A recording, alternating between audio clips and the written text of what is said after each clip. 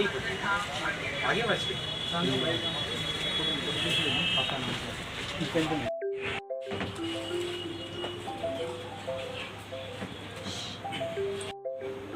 तुम्हारे अच्छे कर्म थे भाई, बच गए तुम।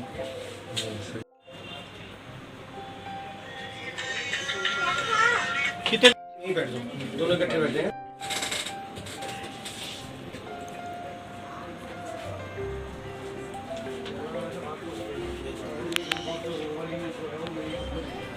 रूम और था वहाँ पे, बट लॉक था। तो ऊपर की फ्लोर में हम 2 ही लोग थे। जो पूरा जो आप जिस वाले उसमें रिजॉर्ट में आप थे ना, कितने मंजिल का था वो? सर 2 मंजिल से 2 मंजिल का। नीचे वाले मंजिल में भी 3-4 लोग? नीचे वाले फ्लोर में एक शॉप थी और साइड में जो वर्कर्स लोग रह रहे थे वो था। वर्कर कितने रहे होंगे होटल में? 3 लोग मैंने देखे।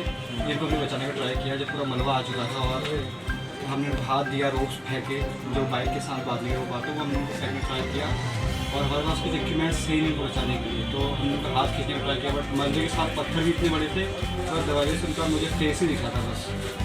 तो उसके बाद जब मैंने ऊपर को देखा तो एक वेव अलग आ रही थी, पेड़ बह के आ रही थी।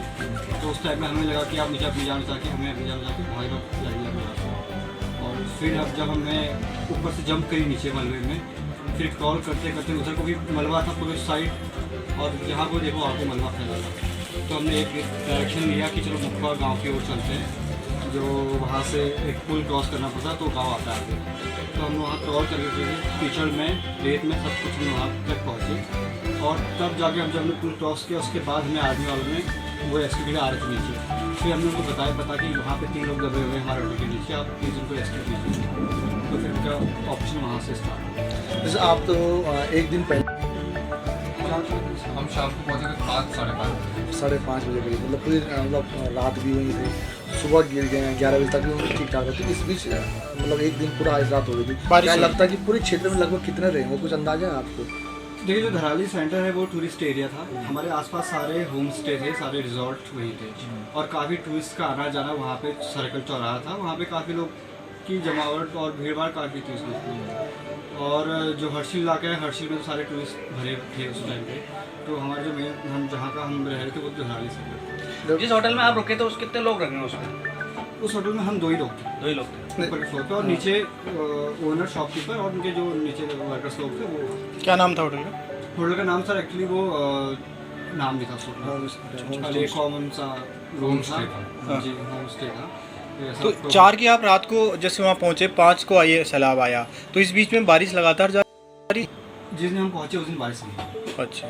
नेक्स्ट डे अर्ली मॉर्निंग से जब उठे तो बारिश की चालू कंटिन्यू बारिश थी, कंटिन्यू, और वो रात तक बारिश रही है। तो आपको खतरे का कैसे पता लगा, लोगों के चिल्लाने से, या आपने देखा? हम तो सो रहे थे, सब कुछ नॉर्मली था, बारिश तो, और इससे पहले भी हम जो लोग वहाँ स्टे कर चुके थे, इससे पहले लास्ट ईयर वहाँ स्टे कर चुके थे, तो कॉमन ही था, नाला बह रहा है साइड में और सब कुछ नॉर्मल था पहले जैसा ही। ये तो मेरी एक आँख खुली कि वहाँ पे लोग भागो भागो बोल रहे हैं, और जैसे ही हम बाहर गए तो 10 लोग भाग रहे थे वहाँ को, और जब तक मैं इसको अंदर उठाने के लिए आया और जब तक मैं बाहर पहुँचा तब तक सब कुछ मलबा आ गया था। वो लोग, मुझे नहीं लगता जो 10 लोग भाग रहे हैं वो और पहुँचे होंगे अपने डेस्टिनेशन तक, उनको मलबा अपने साथ। तो आपका कहने का मतलब है आप 5वीं मंजिल में ना, दूसरी मंजिल वाले जो है ना, उनकी संभावना फिर भी काफ़ी बची, जो क्योंकि नीचे का तो मलबा आ गया तो ऊपर ही ऊपर वो निकल गया मलबे में जो है ना। तो आप मेन रोड तक जहाँ सेफ एरिया था वहाँ तक आने में कितना दूर था वो? और 15 से 20 मिनट लगे। अच्छा, मलबे में आए? मलबे में आए, क्रॉल करते करते आए हैं पूरा। हाँ। और कहीं पे कुछ बैरिकेड्स लगे हैं और सब जैसा क्रॉल करते आए, और जो गेट्स लगे हैं वहाँ पे सब हमारे सामने एक एप्पल का ऑर्चर्ड था। तो हमने सोचा कि पहले चलो पेड़ों तक पहुँचे, क्योंकि मलबा उनसे वहाँ से लेट पहुँचा सेफ जोन है, तो वहाँ पे हमने पहुँचना है। 15 से 20 मिनट आपका जो होम स्टे वो पूरे के पूरे आपको मतलब मुझे वही लगा कि जो सर्कल पे खड़े थे उस टाइम पे लोग, वही सबसे ज़्यादा दबे हैं। और जब मैंने उठ के देखा तो हमारे सामने वाला जो होम स्टे था उसके अंदर पूरी गाड़ी घुसी हुई टाटा सुमो, और बहुत बड़ा पत्थर उस होम स्टे के अंदर घुसा हुआ। तो हुआ क्या है, जो हमने वीडियो कॉल देखी जो ऊपर से लिए लोगों ने, जब मलबा आया है तो हमारे होम स्टे से पीछे से ही वो कट गया जी, वो डाइवर्ट हो गया। हमारा होम स्टे ये था और पीछे से ही मलबा पूरे उसमें धराली में वो कट गया, और जब तक हमें टाइम मिल गया। और फिर हम लोग तब आगे जब हमारा हम दोनों एक दूसरे को पकड़ा, और वहाँ पे टूटने का आवाज़ आई थी, हमारे कांच ब्रेक हो गए थे, जो विंडो ग्लासेस थे वो ब्रेक होना शुरू हो गए और शेल्टर टेढ़ा हो गया। फिर हमें लगा कि अब ये स्ट्रक्चर रहने वाला नहीं है ज़्यादा देर, अब हमें यहाँ से मूव ऑन करना चाहिए। आपके ऑनर थे जो जिस हिसाब से हमारे सेकंड फ्लोर तक बिल्डर तक मलबा आ चुका था, तो सब कुछ दब गया। तो हमारे नीचे जो लोग थे उनकी आवाज़ मुझे सुनाई थी बचाओ बचाओ करके, तो हमने नीचे आके नीचे देखा तो वहाँ पर जैसे आपने तो मलबे को आप क्या उस सर मलबा एक्चुअली हमारे पीछे से आया, तो मैंने उसका स्पीड वगैरह सब कुछ वीडियोस में ही देखा है कि किस स्पीड से आया है, क्या वहाँ का मंजर था, वो तो वीडियो से ही पता चल रहा है। इन्होंने बचाने की कोशिश की जी, और पीछे जब हमने मलबा मेरे सामने जब मैंने जो बोला कि जैसे कि लोग भाग रहे थे और जैसे ही इसको अंदर उठाने के लिए आया तब तक सारा मलबा टेक ओवर कर चुका था पूरे धराली। उसके बाद हमारे जो लेफ्ट साइड राइट साइड तो गंगोत्री का रोड था, गंगोत्री जाने वाला मार्ग था, वो पूरा बंद हो चुका था मलबे से, और उस साइड जो हर्षिल वाली रोड है वो भी पूरा भर चुका था, और बचा सामने वाला मुखवा विलेज, तो वहीं को हमें सेफ जोन लगा कि इधर को निकलना चाहिए स्लोप में, तो वहाँ तक हम बाद रेस्क्यू वगैरह शुरू हो पाएगा। रेस्क्यू सर कंटिन्यू बारिश थी, और जब हम लोग पुल क्रॉस करके पहुँचे ऊपर के गांव में, जब हमने मुड़ के देखा तो सब कुछ वहाँ एक नई वेव आ गई थी पूरे पानी के साथ। पहले तो मलबा आया, और जब हमने ऊपर से देखा तो पूरा पानी की एक और लेयर आई, सब कुछ बहा के ले गई उसको। और जब नेक्स्ट दिन हमने देखा तो बड़े बड़े पत्थर धराली में। जो पहली वेव आई थी उसमें पानी कम था, मलबा ज़्यादा था, उसी के कारण उसने मतलब हमारी जो बाइक थी वहाँ पे मतलब आसपास की जो गाड़ियाँ थी वो भी उधर चली गई थी सामने वाले होटल की तरफ। लेकिन हमने जैसे ही अपना बैग पैक करने की कोशिश करी और हमने वापस देखा तो हमारी सामने वाली बिल्डिंग भी जा चुकी थी, और जो गाड़ियाँ दिख रही थी मतलब जो हमारी बाइक दिख रही थी वो भी मतलब बहती हुई दिख रही थी फिर तो हमको। और फिर उसी के कारण हमने मतलब फिर हमने बोला कि सामान यहीं छोड़ते हैं, जैसे तैसे करके अपनी जान बचाते हैं। फिर हमने वहीं से डायरेक्ट मलबे में ही छलांग मारी, और जाते जाते आगे के जो छपरे थे मतलब हमने छपरों का सहारा लिया, कभी पेड़ों का सहारा लिया, और फिर मतलब कुछ भी सेफ नहीं लग रहा था, ऊपर से इतना तेज़ वेव में आ रहा था। तो फिर हमने आगे पुल मतलब हमको दिख गया सही समय पे, तो हमने वो पुल क्रॉस कर लिया, और जैसे ही हमने क्रॉस किया तो ऊपर से आर्मी वाले आ गए थे। लेकिन हमने उनको जब तक उनकी लोकेशन बताई कि हमारे जो मतलब साथी हमसे वहाँ तक तब तक तो सर ऊपर से दूसरी वेव उसने तो मतलब सब कुछ हमारे होटल को भी तबाह। आप आने के अंदर अच्छा, वहाँ से काम चिनुक से आए आप? जी अच्छा, जैसे आप कह रहे हैं ना कि पहले ही वेव आई तो जल्दी शुरू हो सर ऑलरेडी हो चुका था। तो पहली वेव में जो पहला मलबा आया था उसमें आपने धराली को जा चुका था, जो दूसरी वेव आई उसमें हमारा होटल जो पूरी धराली के बीच में हमारा होटल से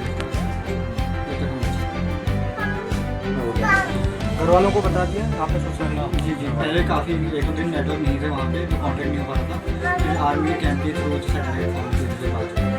आपका मोबाइल तो उसी में होगी? जी मेरा iPad, मेरा फोन सब कुछ मेरे पास अपना बैग था, और हम तो एक टी शर्ट में और एक लोअर में ही भागे वहाँ से, चप्पल भी नहीं थी, तो ये सब कुछ दिए हैं क्लोथ्स वो आ गए कपड़े हाथ में। जी राहत व बचाव कार्य है वो ठीक ठाक समय तक से पहुँच गया था। जी NDRF मैक्सिम पहुँची है, SDRF की मैक्सिम से काम चल रहा है। उस दिन तो काफ़ी बाढ़ थी और न्यू पार्लर पॉसिबल था। बस अब काशी जगह पर गए हैं और आप खुद भी पहाड़ के रहने वाले हैं, समझते हैं चीज़ें, तो इसमें क्या कमियां रही होंगी? आप युवा हैं, आजकल की जनरेशन है, क्या लगता है जो मैन मेड हो सकता है क्योंकि उस जगह पर नहीं बसाना चाहिए था, ऐसा कुछ है या फिर क्या क्या लगता है आपको? तो सर जो मेरा ऑब्जर्वेशन है इसमें, धराली जो पहले तो सामने नदी है, बहुत ही सेंसिटिव एरिया के आसपास धराली लोग हैं, सामने गंगा नदी है, और जो नाला है तो नाले के बगल में ही एक गाँव धराली है, और तो जो एरिया काफ़ी सेंसिटिव इलाके में है, जो बाढ़ का है वो तो रूट है ही, नदी का रूट जो ऊपर से आने वाला है वो तो है ही, लोगों ने उसको इग्नोर करके ही वहाँ पे कंस्ट्रक्शन चालू कर दिया, कुछ छोड़ा नहीं है नदी के आसपास जाने की जगह। तो नहीं तो कभी बाढ़ आई, ज़्यादा बारिश आई तो बढ़ेगी, कभी कम भी होगी, बट उसके आसपास स्ट्रक्चर या जो भी है होम स्टे नहीं बननी चाहिए, क्योंकि लोग आएंगे रहेंगे वहाँ और प्रकृति का कुछ मालूम है नहीं कब क्या हो जाए, तो सेफ एरिया हमेशा चूज़ करना चाहिए। अच्छा, आपने बताया केदारनाथ जी से भी पुराना जी जानकारी है, दर्शन के थे कल्प केदार, तो उसके बारे में कुछ जानकारी, अभी क्या स्थिति है वहाँ पर? कल्प केदार का नीचे के स्टेप्स हैं और शिवलिंग्स हैं वहाँ पे, शिवलिंग है नीचे, तो काफ़ी पूरा मलबे से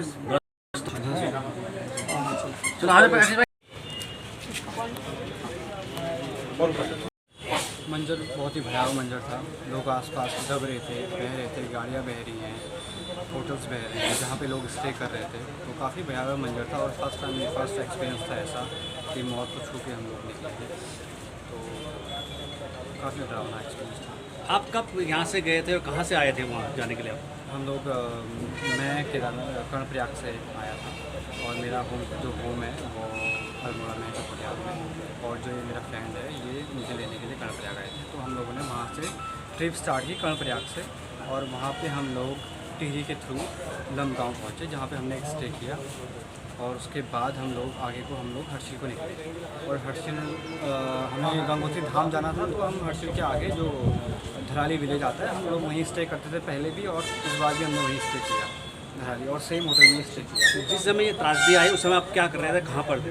जी, जब ये त्रासदी आई तो हम लोग सो रहे थे, हम लोग काफ़ी टायर्ड थे हम जर्नी के लिए, तो हम लोग सो रहे थे वहाँ पे। और जब ये त्रासदी आई तो हमें लोगों के भागने की आवाज़ और सीटियों की आवाज़ सुनाई दी। तो जब हम बाहर देखने गए और जैसे मैं इसको उठाने के लिए अंदर आया तो सब कुछ मलबा टेक ओवर कर चुका था धराली को, और मेरे जो नीचे लोग थे वो जो लोग ऑलरेडी रह रहे थे हमारे फ्लोर के नीचे वो दब गए थे 3-4 लोग।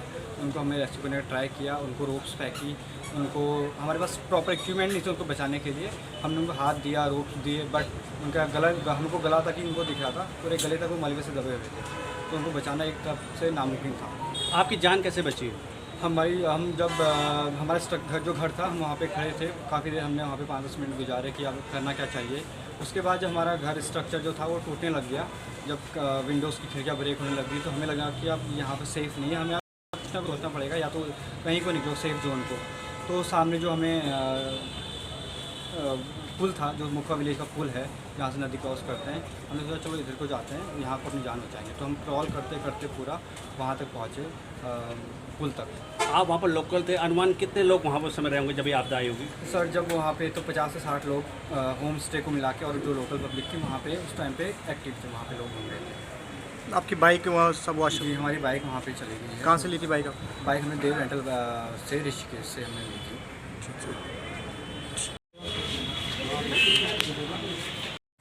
2 तारीख से इन्होंने बाइक रेंट पे ली थी, क्योंकि मेरा नाम अनिकेत गुप्ता है और सामाजिक कार्यकर्ता हूँ और भारतीय जनता पार्टी से बिलोंग रखता हूँ, और बाइक रेंट का काम लगभग मैं 2 साल से कर रहा हूँ। ये पहली घटना है, बाकी उत्तराखंड के लिए बहुत ही, उत्तराखंड को बैक पे ले जाने के लिए, लेकिन कोई बात नहीं, सरकार अपना काम कर रही है, सब कुछ कर रही है। ये बच्चे बच के आ गए, बाइक की कोई मुझे कोई वो नहीं है ना, मुझे बाइक चाहिए, मेरे बच्चे बच के आ गए, मुझे इसलिए बहुत ही भगवान से माँ बद्री विशाल से प्रार्थना करता हूँ कि इनके कुशल मंगल का मिले। कौन सी बाइक थी? रॉयल इनफील्ड थी, मीटियोर।